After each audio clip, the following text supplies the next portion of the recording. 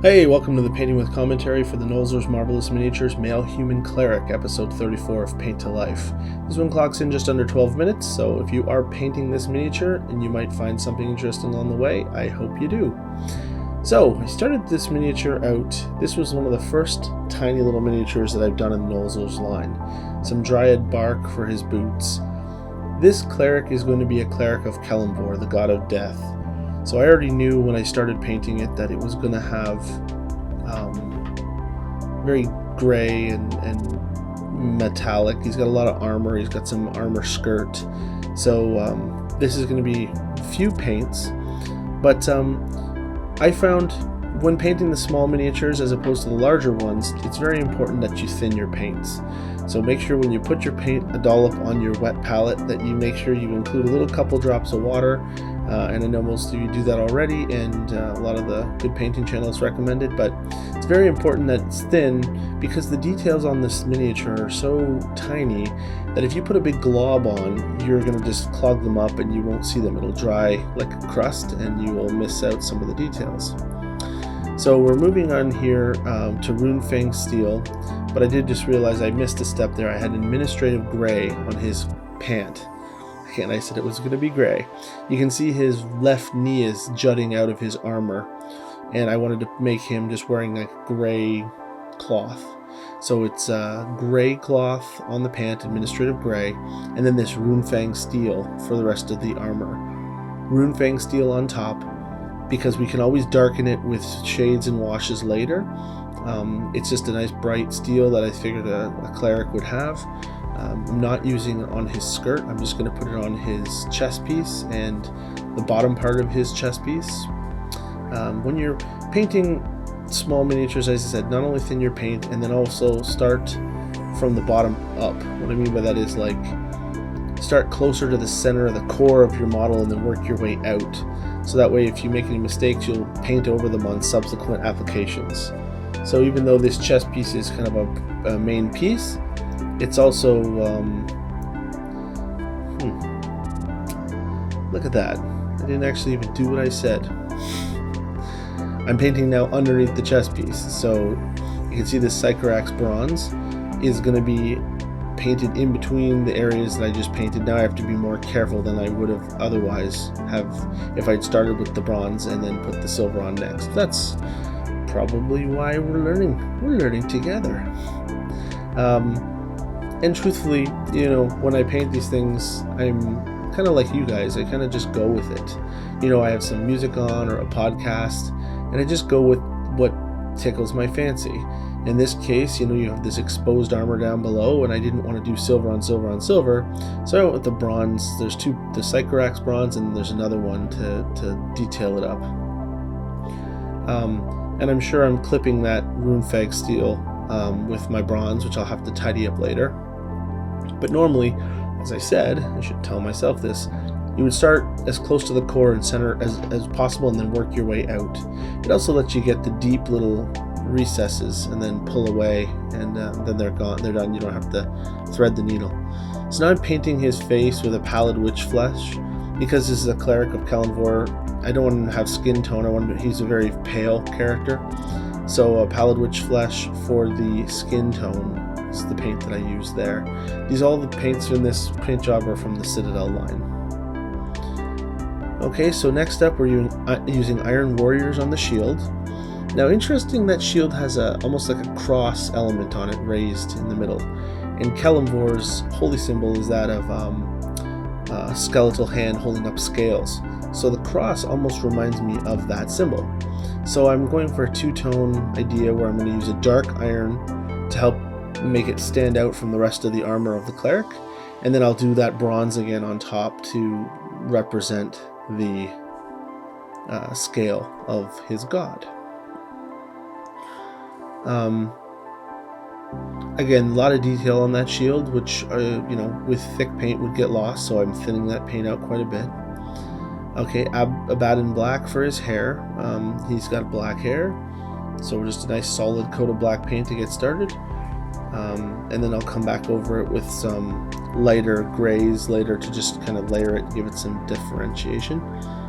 You know, sometimes I like to paint little bangs on the front of the foreheads when I'm painting. Let's go back to the shield here. GHENNA'S gold. So it's not the bronze, but I used a gold, which is similar to the bronze, so it's just a little different.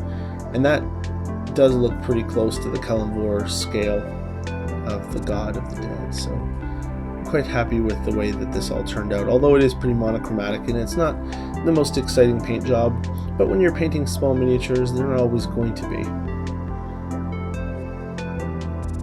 RUNELORD brass now is coming into play.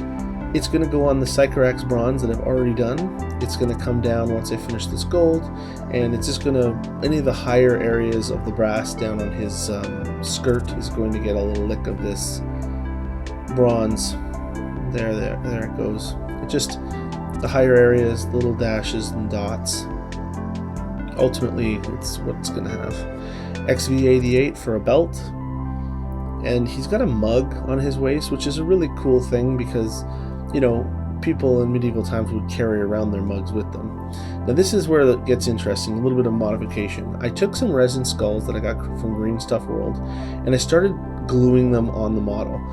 I wanted to modify his shield to have a skull on it, as well as his shoulder and his weapon. So you can see, once I get it glued on there, that's what it's going to look like. And the reason for this is death priests of Kalimvor will often adorn their bodies with skulls to remind people of death, not to intimidate them, but to just remind them of the fate that waits for us all. But then I got a little skull crazy, and you can see I've got one on the end of his mace, and I'm putting one on his shoulder pauldron at the same time. I'm putting skulls everywhere, but it works out okay. The one on the end of his mace, I used a skull, and then I just used my Dremel to drill a hole in the skull as wide as the butt end of the mace, so it would kind of cap on there. And now I'm painting the metallic, the same colors that I painted the rest of the weapons and armor. So there's RUNEFANG steel going on his shoulder pad, pauldron there, GHENNA'S gold on the shield skull, and now Screaming Skull itself on this mace, because the head of the mace is actually 3 clustered skulls. And I guess the mace was the thing that gave me the idea. And then I'm also putting some Screaming Skull as accents on the shield on some of these raised areas in a bone, and then I'll hit them later with a contrast or a shade just to darken them up a bit. So, you know, when you're painting something that has lots of details, you can paint the details or you can just shade the details, and the shade will run in the crevices. But you know, when they're raised like that, it's also nice to layer them with a slightly lighter shade of the paint you're using. Or in this case, because I used gold, I'm using a bone as the top part of the, you can see that there's some intricate lines in the shield, and I'm trying to connect them all with this bone color. And when it's all said and done, you'll see how it all worked out. But I can't stress enough, guys, when you're painting these things for yourself, there's no right or wrong way to do it. I'm painting this cleric as a cleric of death, so all these colors make sense to me. Yours should look nothing like this. If you're painting a cleric of Suni, goddess of beauty, you wouldn't be putting skulls on it. You wouldn't be doing a drab black hairdo with pale flesh. You would do maybe more eccentric colors. We've got some NULN oil going here onto the RUNEFANG steel, touching those the skull parts. And I'm just trying to keep it, I don't want to put it everywhere. I'm doing it under his arms in the areas where it would be a little darker. So the top of the breastplate and the back of the breastplate are still going to be lighter than this. And I'm putting it under his arm area, onto, what do we have here? Is this AGRAX? Yeah, AGRAX Earthshade now for all of the bronze, just because it's a browny kind of color. So those 2 different bronzes that I had on his skirt, the AGRAX just gives it a little bit of a more dullish, dirty look. But not too much. If there's too much that's pooled, I'll wipe my brush off so it's dry, and then touch the pool, and it'll just absorb up the pool, and then it disappears. I'm also putting it over the GHENNA'S gold here, as you can see, and it's going to mute that bone layer that I did. Okay, so that looks good. It's going on there nicely. And now this is a contrast paint called Skeleton Horde. You can see I'm applying it to the skeletal bone that I used on the mace, and letting it sink in the eye sockets and the nose, because those 3 skulls that make up the head of that mace should look skeletal in my opinion. And now that that's dried, I'm going to put some STIRLAND mud, because this guy's just going on a regular base. Normally I like to do more fun basing techniques, but when it's just a little token, you really can't do that. I'm going to make it a snow base because I want it to look like it's cold, and he's, it goes with the death motif. So after the Stirland mud dries, use a little PRAXETI white dry brush on the tops of it to give it that fresh snow look. And then after I did that, I realized, you know what, I'm going to use some Valhalla Blizzard from Citadel as well, and actually clump on some snow. Not all over, or you lose the mud completely, but I want it to look like fresh snow has fallen. So in some areas there's clumps, in some areas there's still ground underneath sticking through, which is what I'm trying to do here. Put a little bit on his boots, and so on and so forth. So that's what the snow is all about. And then the last thing is I have these little tufts here.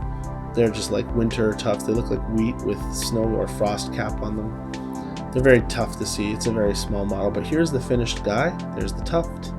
You can see the skull Dremel attached to the bottom of his mace. It's silver like the mace itself, and his shoulder pauldron there. There's a skull. It's very World of Warcraft-esque, like Warrior Tier 3 armor from way back in the day, but when it's painted to look like the rest of his armor, it looks quite cool. He's got a red on his chest. I put one little drop of Spirit Stone red on, some of that silver, to make it look like he's got a potion around his neck or an amulet. There's the skull that's on the front of his shield, painted GHENNA'S gold and dyed like the rest of it with that shade, just to make it look, again, very death-like. And around the back here you can see the armor. We kept it lighter on the back and front, and darker under the arms. There's his cup and his belt, and the finished base. And his hair, I forgot to film that, but you can see his hair has got some layering of different colors of gray in there with the black. That's all I have for today. If you guys have any comments, please leave them below and I'll return them. Get an answer to you otherwise. Hope you're doing well, and keep your hands washed, folks. I'm GMA Tank. We'll see you next time.